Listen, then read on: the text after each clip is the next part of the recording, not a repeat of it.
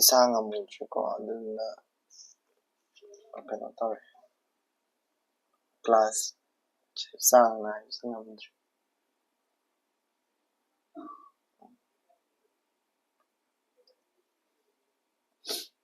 남들한테 막 하자 다지고 남들한테 going to sit out this article number 15 15.5 ka 15.6 ka ko mamangda ako'y kanong tawre article number 15 ni tawre 15 ni 1 2 3 4 tawre ko mamang class anida ngasi ni 15 ni 5 ka 15 ni 6 ka tawsi ko 15 ni 5 hours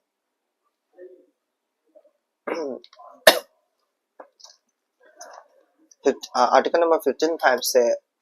original constitution the yaw de ko ma se original constitution the yaw de amendment or hapsala ko ni ma se adi my statement sa ipara ke ko so mama de yaw my statement se kai no ara kan da koi gi article number 15 says reservation in educational institutions 93rd amendment 2005 ko 2005 के 93rd amendment implement over with 2006 tani ko aduga noting in this article or in subclause G of clause 1 of article 19 shall prevent the state from making any special provisions by by law or for the advancement of the SEBCs, SCs or STs insofar as such provision provides a provision related to their admission to educational institutions including private educational institution whether aided or unaided by the state other than the minority educational institution referred to in clause 1 of the article 30 ko statement se pa ba ta ni am cha ka na ga ka no to e kara hidi ba mi nam ta de explain ta ro ke ko ba min ta la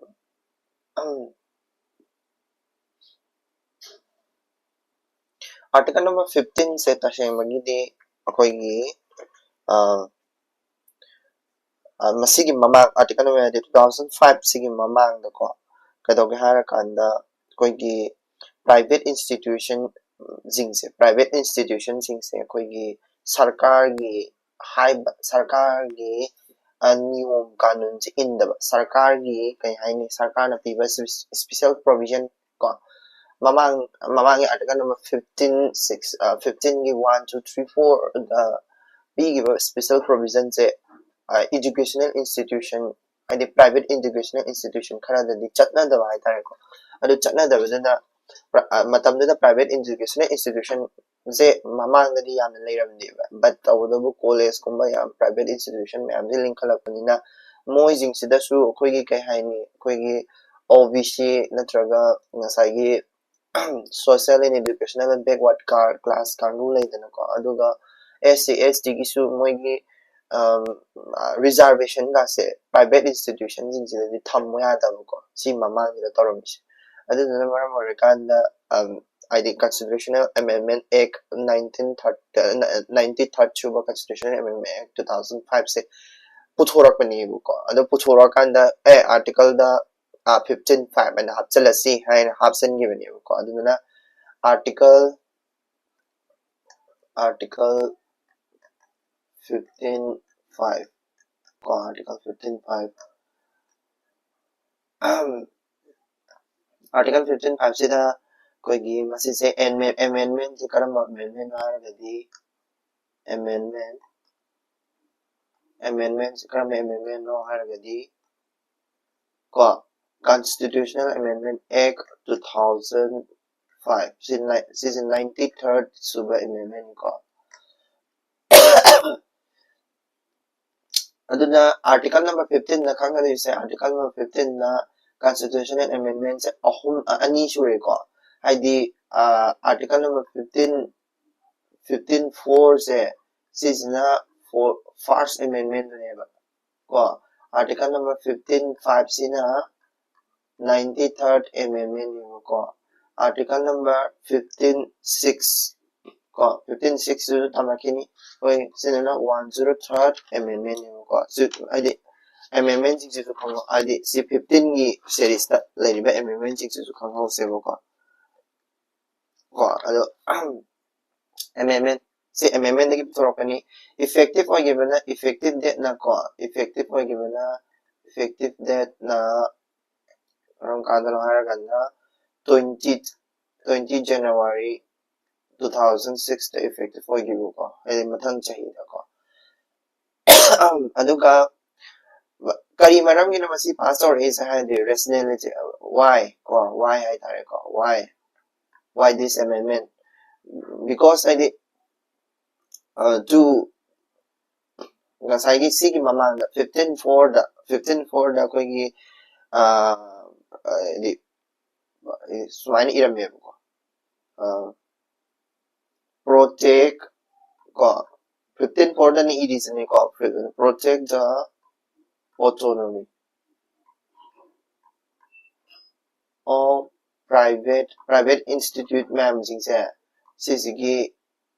autonomy of private institute private institute ma'am lady say sigi autonomy se ko adi autonomy le hai tare ko masagi rule and regulation le saba ko ado kana ko tin chala pade yawe de from state ki policies program ya jigi ko tin chala state ki policy program la ko tin chala pada private institutions yaram da bane ko madu do ka dawe hara kanda madu do overturn tawre overturn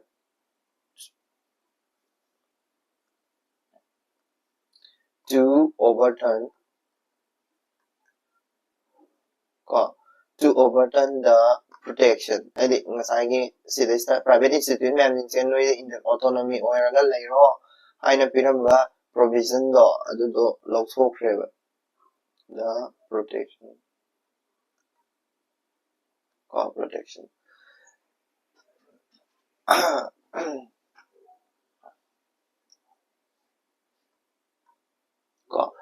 aduna article number 15.5 article number 15.5 say kari maramgi article number 15.5 say kari maramgi hapsala ino hai taraga di private institutions in say autonomy oibado aidi mai say sarkar gi law ma pass oren kala say sarkar na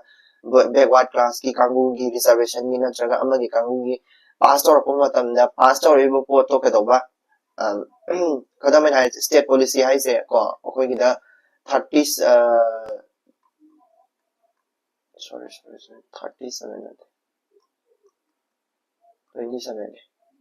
27% OBC reservation ga leidana ko 27% OBC reservation ga leidana madugi state policy se ko before 2005 ke mamang gi di chanaram di ko 27 any private institutions like private institution any private institution ama level of the moise autonomous oil later me by the sarkar ki policies in moise di am chanaram de OBC gi quota ka se leram pande ko ST gi quota ka sa mo leram de so but kaidaw ge hara kanda madudu ya private institution ma'am jigsu ma'am ama shem kale sagale aduna article kano sa sigi article 15 ka chapsalakani ko aduni rationality hai taraga di ko so enabling power kanani enable tawalgana targeted groups in jeng ko targeted groups kana dana target tawrise haidi phaganduri se taseng masi article 15.5 sina kana ba phaganduri se kana dana haragadi social and economically backward classes ko scheduled castes scheduled tribes sorry ko adagi objective ti magi objective ti kaino haragadi objective te dum ya khangmani upliftment tawdoini ko objective se haidi asonda akhoi socially educationally backward classing se direct tamhanbana mateng pangnabani ko ai admission to educational institution for advancement kanagi scheduled tribe, social and economically backward class kangugi ko. Yani ko objective se yari. Dagi overriding power mano override tawbase.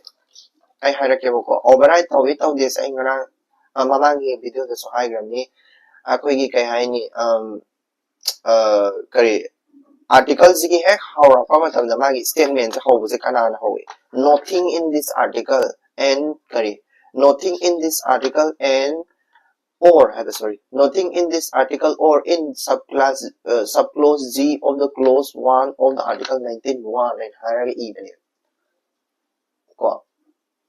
kami ko ay sorry ay yung ko every kano kundi magi sige irak pa matamda mahorok pa matamda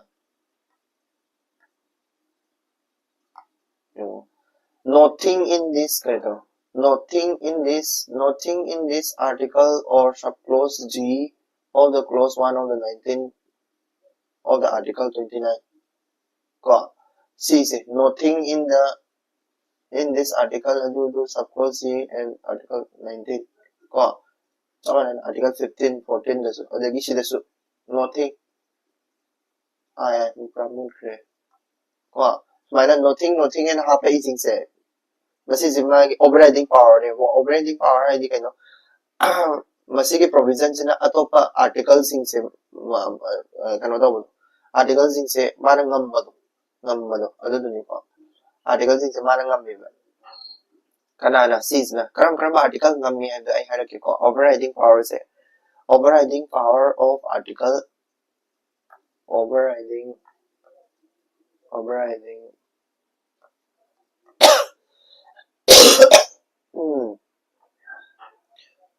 power of 15.5 sina atay mana override to isi kana haragani article number 15 masas article number 15 gi atopa provision article number 15 1 2 3 loina ko 4 sise mana override to mana haragani atopa article dun mai mongon ngambaya di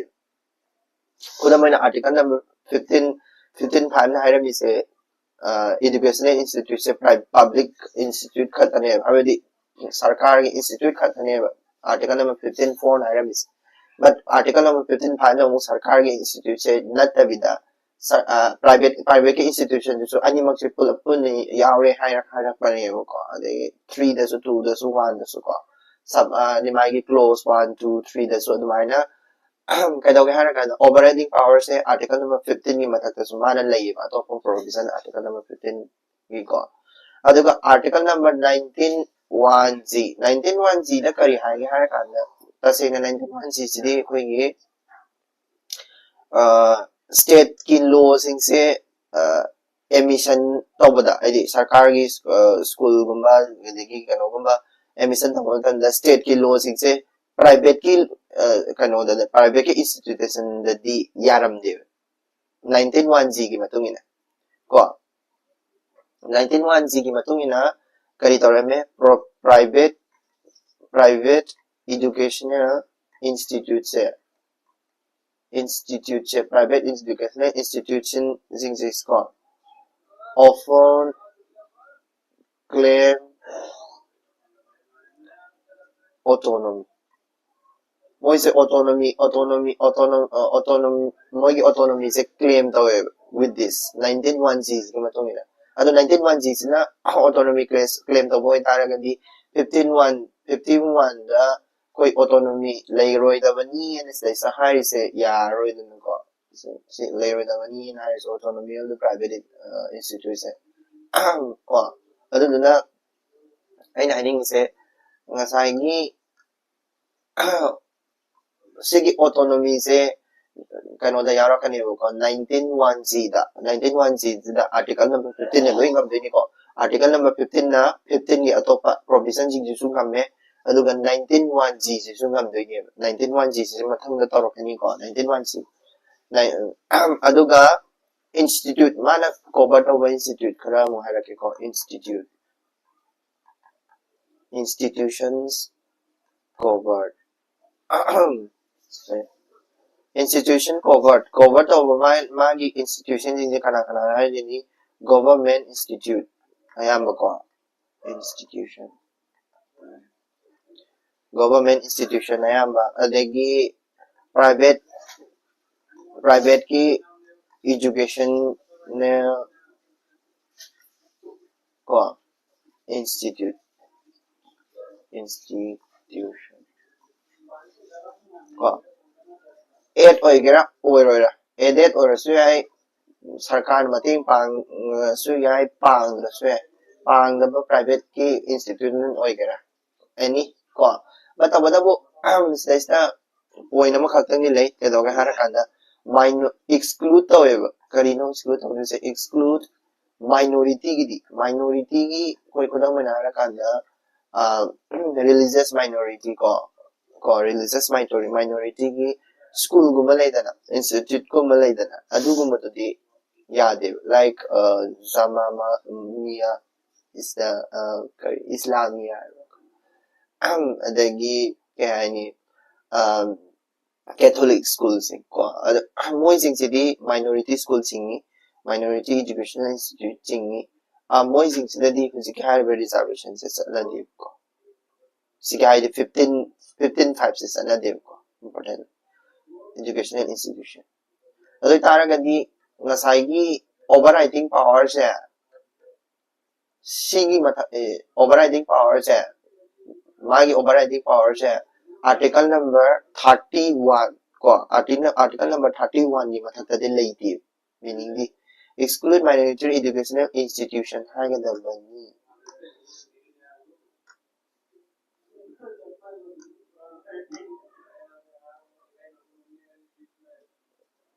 exclude minority educational institution institution ko masi se karai da mention tau ge har kana 31 da mention tau aduna 31 adi ma singam le 31 adi 15 5 singam le adu tara di sidage koi na khama ngam le adu kai no 31 sina 15 5 se phuye 15 5 sina mo ato pa di article number 15 gi 15 1 ko 2 3 adagi 4 ko adagi 19 gi 1 Z seasons kangada ko 31 adi ngam mas so judicial interpretation si ma'am jikse id supreme court na kamai na hai game supreme court na kamai hai ko supreme court na natraga to pa id explanation kra dilay ni na id judicially supreme court na natraga any other court na sige matang sida phong iba rai hai tare ko adugumba do yeng se ko judicial interpretation judicial interpretation judicial interpretation na ko supreme court na kay hai supreme court na 15 5 se ko akoi gi mana dare harak ba statement lo harak ko 15 5 enlarged as opposed to truncating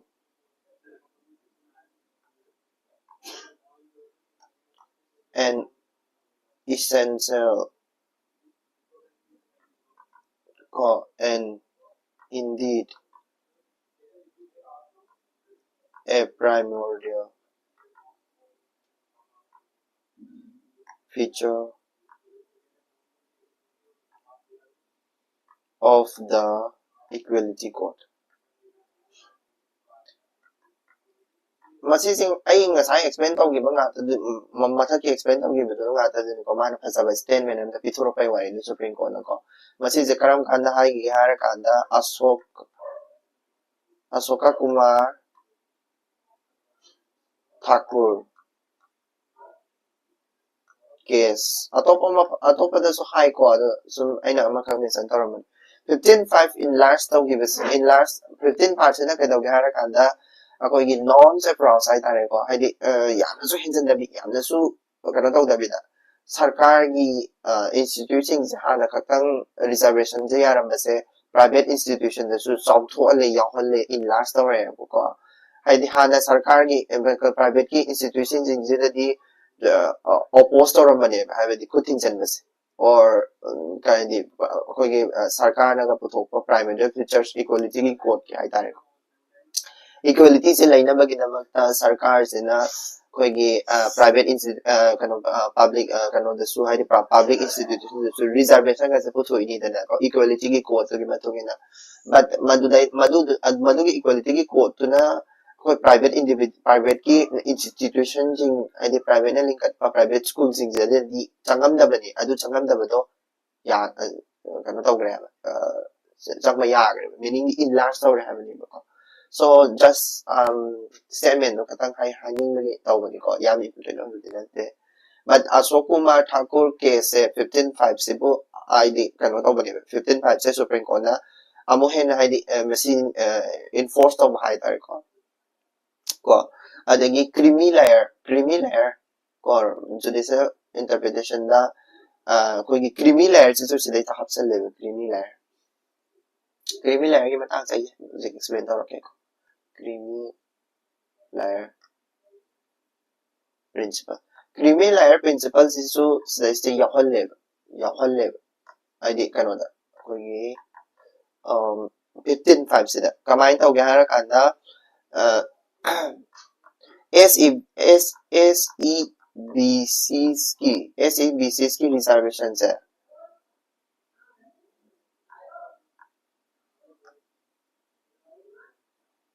को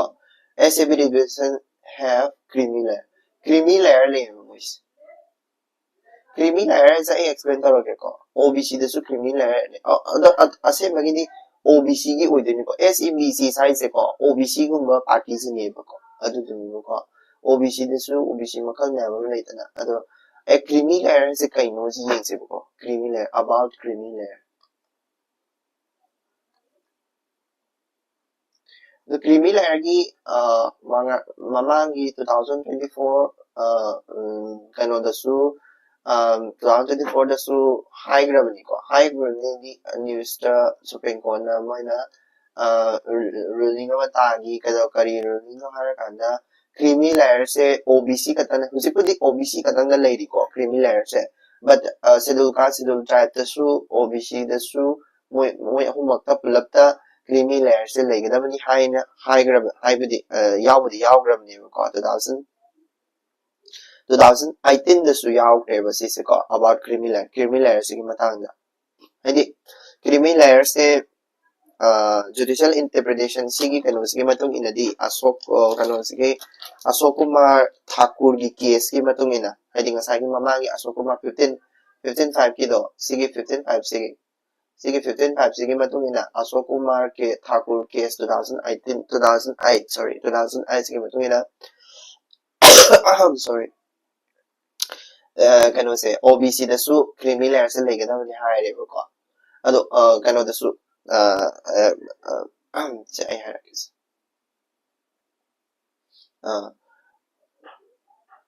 see creamy see hide again creamy layers are explain the wrong ko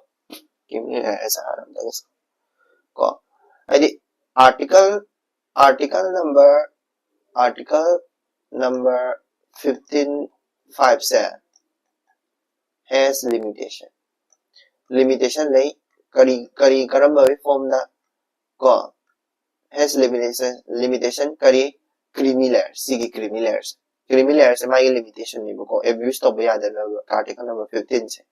adu kada gara kanda OBCs ki creamy layers ni se OBC ki creamy layers se kamaina horo ki gi se ko OBC की creamy layer से कोई ना कोई की कनो तारा money Indira सानी जस्मिन ने ना तारा मनी को इंद्रा सानी जस्मिन जिन्हें कह दोगे यार कहता इंद्रा सानी जस्मिन को OBC की creamy layers था इंद्रा सानी जस्मिन को मसी की जस्मिन जिन्हें recommend तो ये को करी recommended recommended ko Ram Nandan ko Ram Nandan committee nama ko Ram Nandan committee nama Indra Sahani judgment na recommend taweba karigi ko for creamy layer gi damakta creamy layer se khantoknabagi damakta ko mana report se sigi Ram Nandan sina report se karam kana pirake hara kanda 1993 da piri 1993 da report se piri report se ki matung ina creamy layer se khantok adoine ko creamy layer se karam bano adu khantok tari creamy layer se ko OBC ki se non creamy layer habamga creamy layer habamga leiko creamy haidi kaino akoina sangom da koigi sangom gi cream se mathakta leidani mana ko ko si OBC ni ne khalase OBC ko OBC ni ne khalase adu duga sigi cream gi saruk se sigi cream gi saruk ni sijina ko non cream ne haidi sijina hawidana cream jina hawidana haidi moidi ina kara kunba hai tare ko ina kunba kangu dane rich people dane OBC da chandara ga su OBC man da bado adu dane ko adu dana non creamy layer hai ni ko adu dana ke doga har kanda Ram Nandan committee na magi report ama thangkale 1993 do madugi report to da yawa singi creamy layer gi criteria sing do yeng se ko creamy layer criteria creamy hai ko report to gi matung ina ko report to gi matung ina ko creamy layer se ko creamy layer di yaw dise educational institution gi constitutional head hai tare ko constitutional head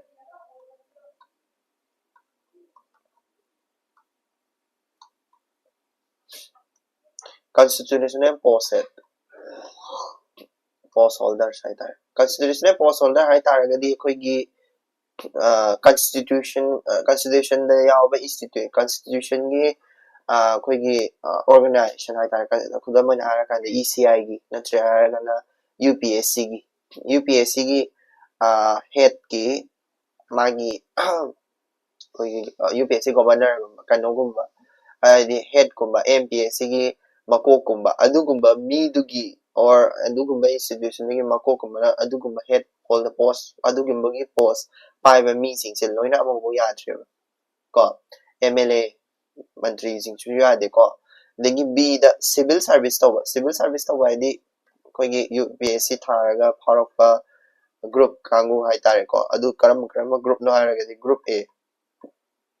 natraga group B koina sije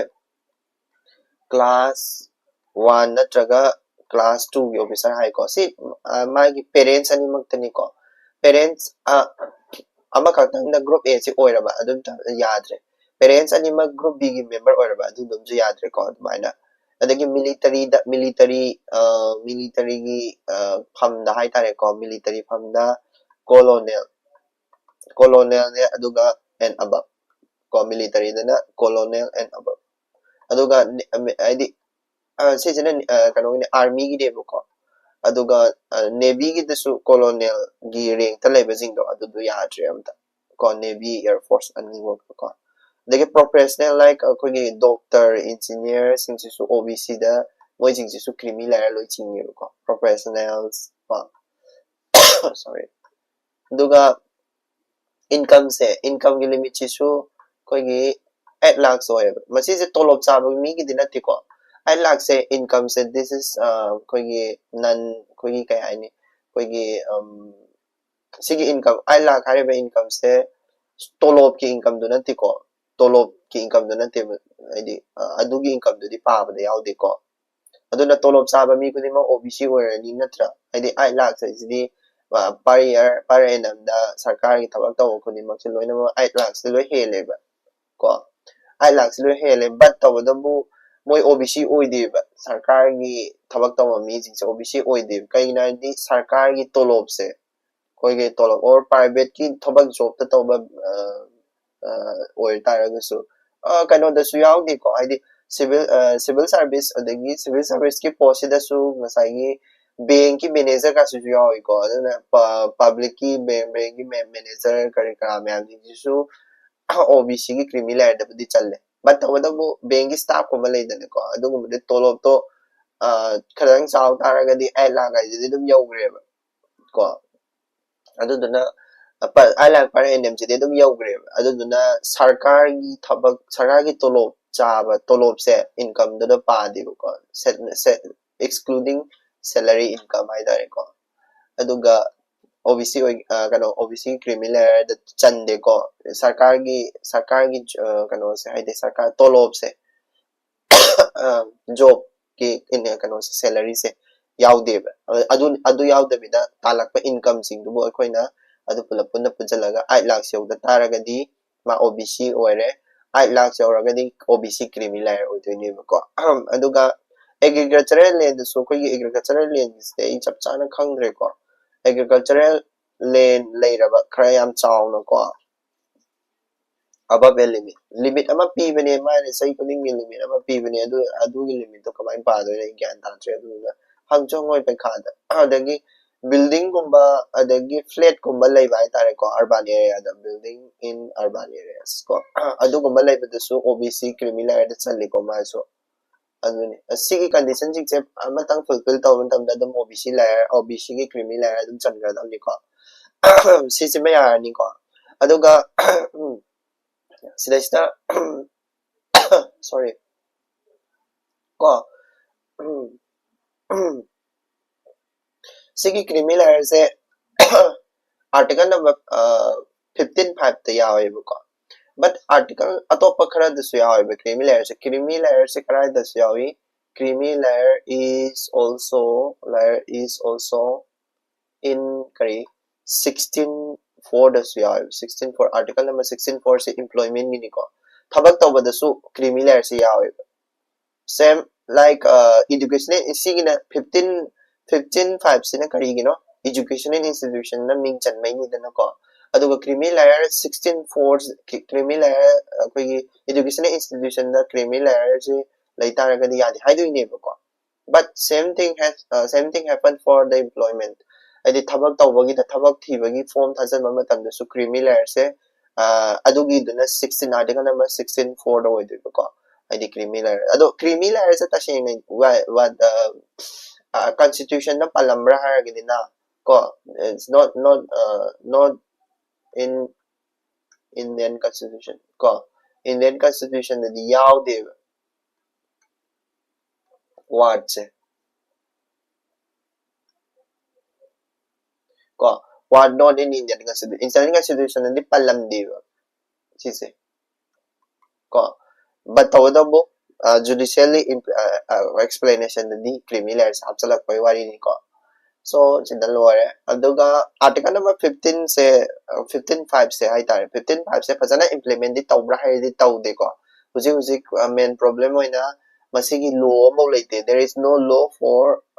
this criminal is in so degi atopa magana there is no proper law for this law ama phajana leitam ni ko khambra masisi implement tawse khara tappe ba article oibani na ko id article oibani na law go mo itara ga di implementation no sarkari policy program no phajana implement taro pa ba aduna sorry leitabani na implementation tawba khara tappi ko id ACST gi kumba adugi magi limit kari kra ga to khara leiri ko so aduni ko aya si yam summary hoina yam pikna harabada 2005 ki mamang da di OBC की 27% reservation लेगदा बनी HYBE से private institution di leiram deba but tawada after 2005 private institution khudima su OBC की 27% reservation लेगदा बनी HYBE से illani private institution khudima so aduni ko aduga minority di yaw minority school minority college di yaw ko so sidaysta article number 15 clause 5 lore ko article number 16 and the 15 clause 6 among yengsi article 16 clause 6 ko sisina kaidoge hara kanda sisu important oiba kano amani but awada sisu 15 na gano kanta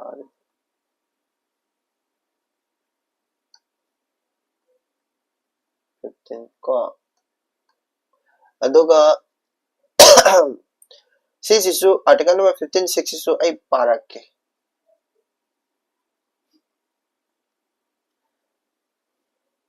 article number 15 6 sisu my horokpada kadare nothing in this article or subclause G of the clause 1 of the article 19 or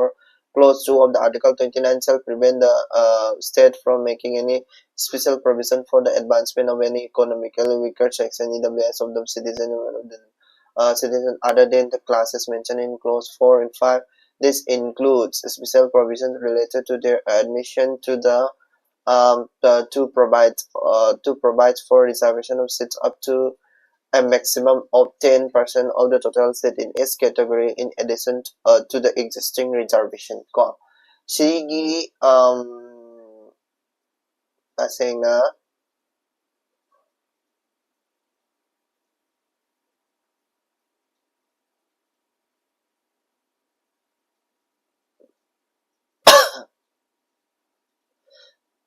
sorry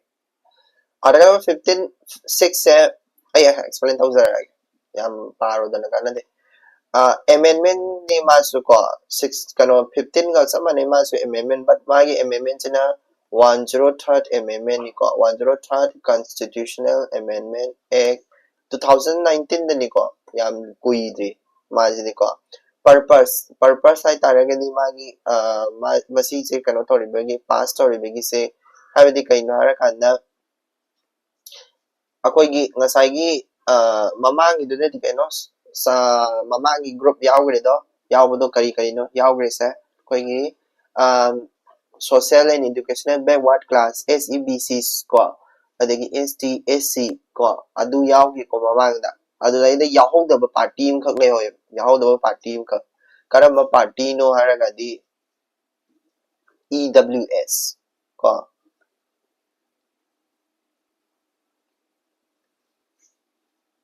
adugi EWS yahudrabado adudo mo hapsalakpane usista mo yahudre ko moy kano da yahudre kanya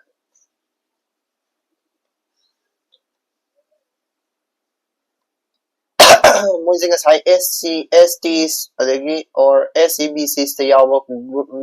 midina te ko mase SC su ba aduga economically weak section na su chanba haiba yade ko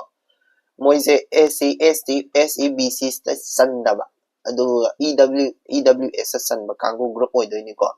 targeted group se kanano haragadi EWS economically weak section of the society ko adudo oidoini aduga definition mana sise article number 15 6 tadi direct piram debu ko definition se definition of EWS see EWS की definition से कराए पिरम के हर कांदा कोई ये explanation ना पिरम में explanation appendix है नमा ले बुका आइडी मागी कनोगी article number 15 6 से इरम मतुंग द मखादा star मा हम तोरगा पीवा appendix explanation appendix sama le adulaida EWS के article सिगे article 15 6 की द यार EWS की definition से मारा पिरम में ko kamain pirang ngene yingsi ko kari hara pirang ngenda gana EWS ko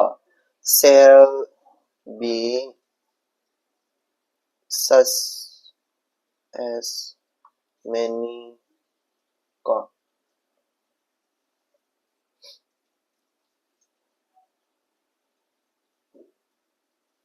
many nate may be notified ko by the state from time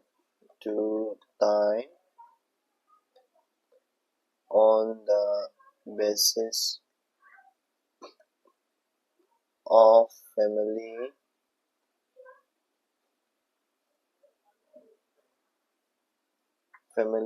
income and the other indicators of economic disadvantage.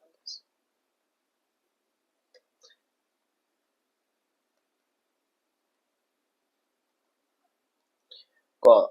yam lay ko sige economic disadvantage like parents lay tabagum ko adugumba ay di admine to ba family income the should be story ko family income whole income se my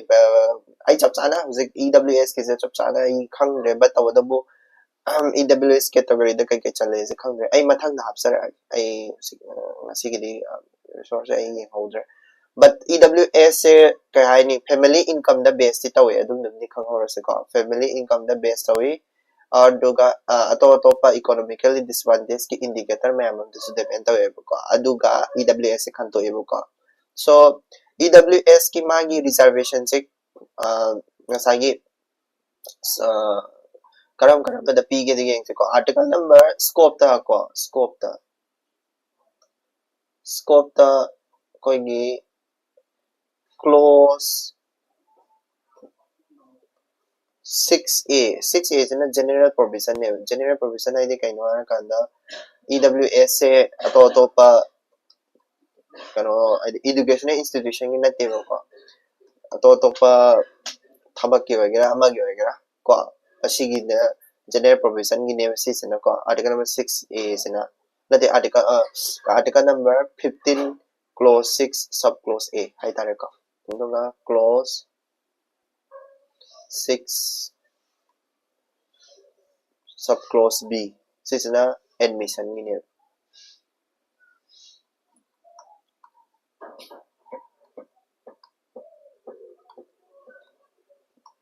high दी आई उल्ला के को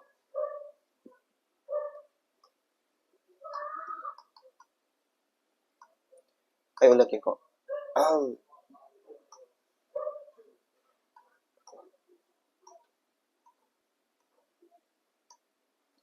sila sila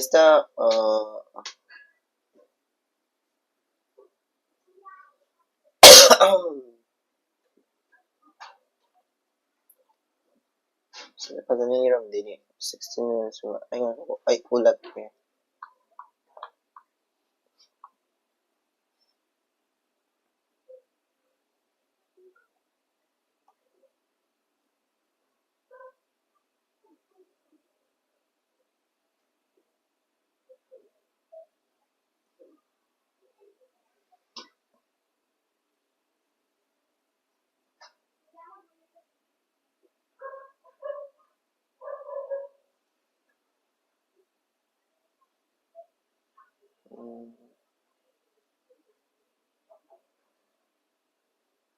online lesson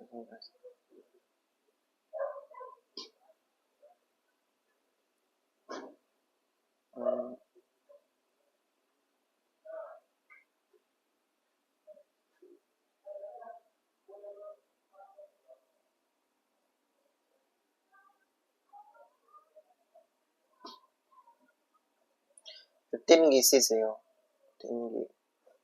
6 kida to 6 kida kaya yawa 6 kida nothing in this article of C with the area to 6 kida A later A B later this is ni ko A is in a general purpose ki general purpose ni hai koigi education gi natra so to pa job ki ora so adu gi ni sini 6A sina ko aduga 6B sina koigi emission gi ni emission gi 6B sina emission gi okay and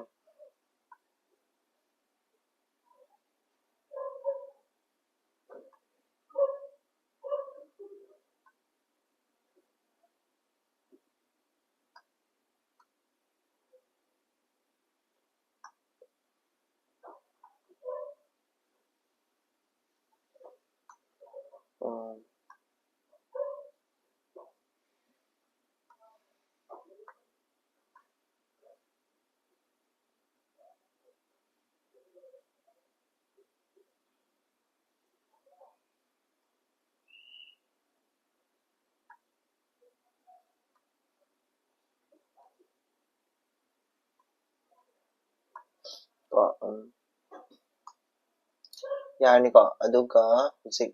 loisallase sise 15 close hujik to khangamani 15 sub clause a sina kainogini sub clause a sina sub clause a sina general provision gini sub clause b sina admission to educational institution gini ko aduga machi se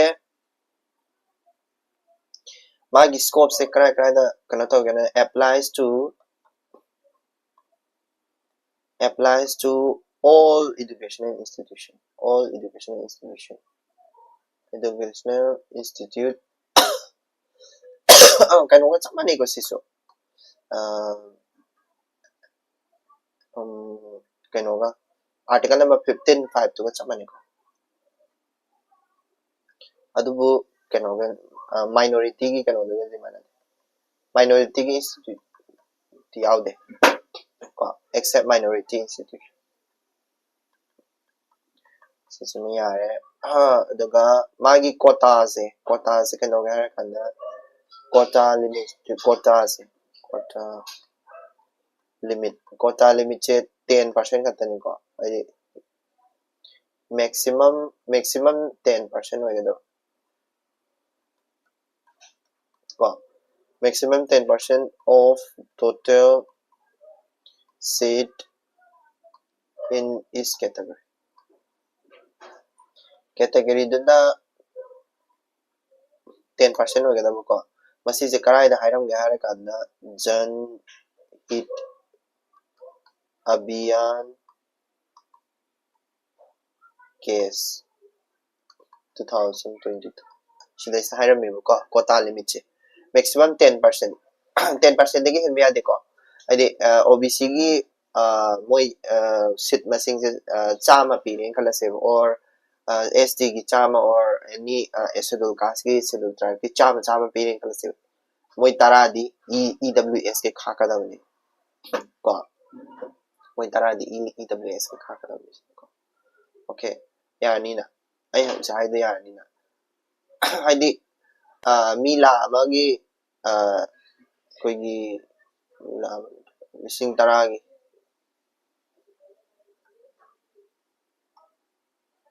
mi lising taragi job ama kaureba sum chara pani ko calculation do mi lising taragi job am kaure mi lising taragi job sida calculation do bo ko mi lising taragi job sida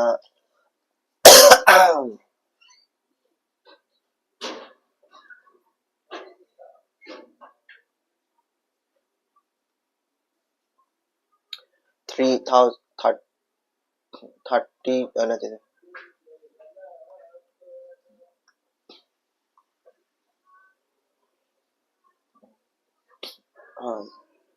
mi kanogi job sida 27,000 di 27,000 di kanogi ne OBC gi oidone job se kaw sida ko aduga 270 di EWS ki oidone haitare some rest kano do ade magi maximum ni ko 270 dagi tabe ai ta da be ko 270 dagi hen be yatre okay some kano do aina azum kano do yeng ni ko so overriding effect magi chu lei overriding effect ai di mai kano ko haidi nothing in this article and do na hauram ni na mai so overriding article overriding di tawe ko overriding effect overriding of article 15.6 mana overriding taw se kana no samane masai 15.5 ki dugu su samane ko ma se article number 15 jima mana dum override tawrani haidi atopa article provision ching do aduga article number 19 1 g gyan tayo ko. Sisi override tawari man. Aduga, sida lore. Article number 15 lore. Hayeng 16 tawsi ko. Hayeng di, man pung tarok na taon na mga mga sarage. Sige, sida lo siya sarage. Thank you so much. Have a great day.